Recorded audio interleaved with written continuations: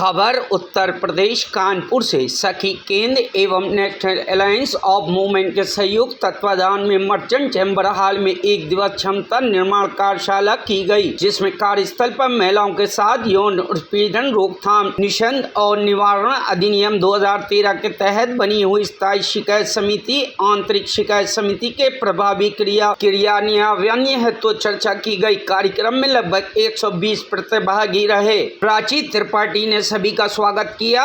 कार्यशाला के उद्देश्य पर प्रकाश डाला। कार्यक्रम का संचालन भी किया। सखी केंद्र की महामंत्री नीलम चतुर्वेदी ने बताया कि पूरी दुनिया में जो महिलाएं घर से बाहर काम करती हैं, उनका वहां लंबा समय बीतता है। वे घर बाहर दोनों की जिम्मेदारियां उठाती हैं। जिस तरह से घर के अंदर होना शारीरिक मानसिक यौनिक उत्पीड़न का उन पर गहरा असर होता है, ठीक उसी तरह से कार्यस्थल पर होने वाली किसी भी तरह की छेड़छाड़ या यौनिक उत्पीड़न का उनके पूरे कार्य पारिवारिक जीवन एवं उनकी पूरी जिंदगी में प्रभाव पड़ता है। तमाम सेमिनार चर्चाएं आदि करने की लोगों को बताने की किस तरह की लोकल कमेटी आपके लिए बनी और कार्य कर रही है, बहुत जरूरत है। सखी केंद्र की अध्यक्ष डॉक्टर आशा त्रिपाठी ने कार्यक्रम में आए हुए सभी का स्वागत करते हुए कहा, सखी केंद्र हमेशा से बहुत महत्वपूर्ण विषय पर चिंतन में मनन करता चला आ रहा है। कार्यक्रम में मुख्य रूप से प्राची त्रिपाठी, अर्चना पांडे, पुष्पा तिवारी एवं कानपुर मलिन बस्तियों के सशक्त लीडर्स एवं महिला अधिकार रक्षकों की भागीदारी रही।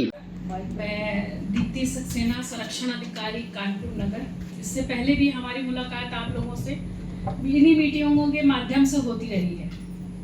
आज जैसा कि जो इस सब्जेक्ट पे बातचीत करने के लिए हम सभी उपस्थित हुए हैं, बहुत इम्पोर्टेंट टॉपिक है, लेकिन इस बारे में मैं बिल्कुल क्लियर कहना पसंद करती हूँ। बहुत ज़्यादा नॉलेजेबल नहीं हूँ। जितना नॉलेज है बस उतना ही बोलना पसंद करती हूँ।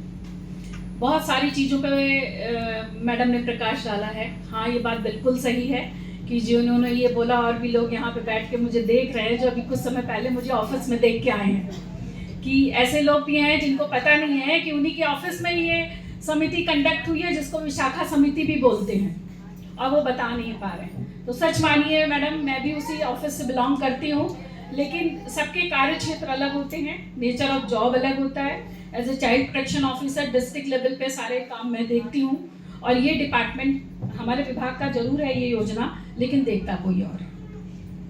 तो हम एक दूसरे के मैटर में जब जरूरत नहीं होती तब तक इंटरफेयर नहीं करते। लेकिन ये बात सही है कि ये कमेटी गठित है, जिसको हम आंतरिक परिवार समिति इंटरनल ICC बोलते हैं, और जो हमारे ऑफिस में भी गठित है, जिसकी एक मेंबर मैं भी हूँ। DM साहब की अध्यक्षता में जो कमेटी गठित है, और मैं किसी का नाम नहीं लेना चाहती हूँ, कुछ हाई प्रोफाइल केसेस इस कमेटी के समक्ष आए हैं, जिनका निस्तारण बहुत अच्छी तरीके से हुआ है, और जिसके खिलाफ ये केस गए हैं वो आज वहाँ से सस्पेंड हो चुके हैं। इस बात का आप विश्वास करिए कि कमेटी निष्पक्ष होकर काम करती है।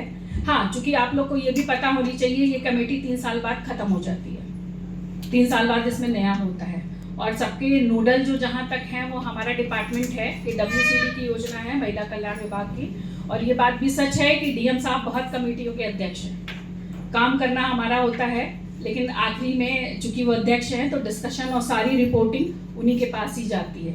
तो ये बात तो मैं बिल्कुल दावे के साथ कह सकती हूँ कि जो कमेटी बनी है कानपुर नगर में DM की अध्यक्षता में, वो निष्पक्ष होकर काम करती है। बिल्कुल, मैं आपको सदस्यों के नाम के सहित कुछ आपका लिटरेचर आपको बिल्कुल मैं भेज दूंगी। ये टाइम टू टाइम अपडेट होती है, और इसके क्या रूल रेगुलेशन है, पूरा एक GO है। चलते हैं कि जब केस आएगा तब कमेटी सक्रिय हो जाएगी, कोई भी कमेटी बनेगी तब बनेगी। जबकि इस कमेटी को उतने राइट्स हैं जितने कोर्ट में बैठे जज को होते हैं। कई जगह हम लोगों ने 25-25 साल पुराने जो एम्प्लॉय थे, उनकी ऑफिसर रैंक के, बड़े ऑफिसर रैंक के, उनकी नौकरियां चली गई हैं। कम हुआ है, लेकिन हुआ है। तो इसलिए, और वही कमेटी ने तय किया है, और किसी ने नहीं तय किया। 2 जगह ऐसा भी हुआ है कि वो उठ के कोर्ट चले गए, लेकिन कोर्ट ने कहा कि जब चेक किया सारी चीजें, तो उन्होंने कहा ये सारी चीजें सही हैं, कोई गलत डिसीजन ही नहीं हुआ है, तो उसमें कोर्ट कुछ नहीं कर सकती। कोर्ट ने भी वही डिसीजन दे दिया। तो दोस्तों, bureau report, news hub Bharat.